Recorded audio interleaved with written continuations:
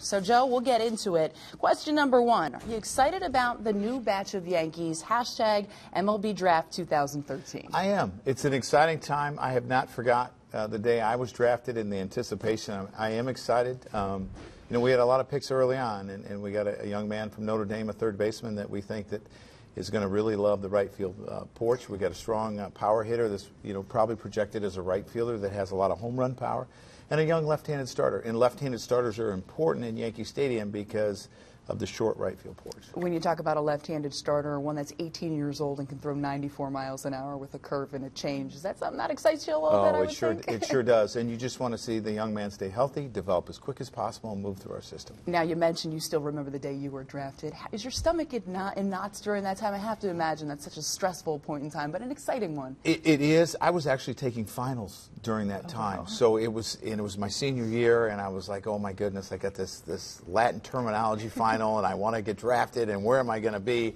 And it was a stressful time for me. And it's the anticipation. You know that you're probably going to be drafted, but you just want to know where you're going to be. Now, I imagine it was a little bit different, not as much the internet, Major League Baseball network doesn't exist. So how did you find out? A phone call. I mean, the way we used to communicate, you know, someone rang the place I was living, and I answered it. There weren't cell phones, and I got the call I was drafted by the Cubs. Question number two, Joe, how do you adjust to playing on the West Coast? Do you have any secrets? Well, I think the easiest way to adjust to the time change is exercise. I mean, they always talk about when you exercise, you get more on the time schedule where you're at. So that's like the first thing I like to do. Actually, when we got to Seattle, I took a walk that night to try to not go to bed too early, like at 9:30, and try to get on the schedule here. Now, are you one of those people, though, that still wakes up on East Coast time?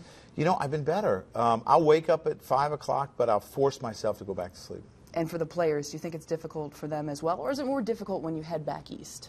Well, I think it's more difficult here. I actually like the day games. We have, you know, the two in Seattle, one in Oakland, and one in Anaheim. I actually think they're advantageous because that's more our time schedule. All right, B. Durham's asked, what's your favorite city to visit, and do you have a favorite ballpark? Well, the favorite ballpark is Yankee Stadium. I love going back to Chicago because that's home for me, and I get to see a lot of family and friends. But as far as ballparks, there are so many neat ballparks now that they all have so much character, and I like going to a lot of them. I tell you, one of the most beautiful ballparks I've ever sat in, and I actually broadcast a game, was Staten Island. Doing the Young Yankee game there when I was a broadcaster, looking out and seeing all the ships in the Statue of Liberty. It was gorgeous. Now, I have to ask you, do you miss the broadcasting at all? I do. I mean, it's a job that you don't take home as much as managing. What's your favorite Mo moment so far during his farewell tour around the league? I think it's when he visits with the different people in the cities. I know in Seattle he saw some high school and college students. In Kansas City he saw a family that went through a tragedy.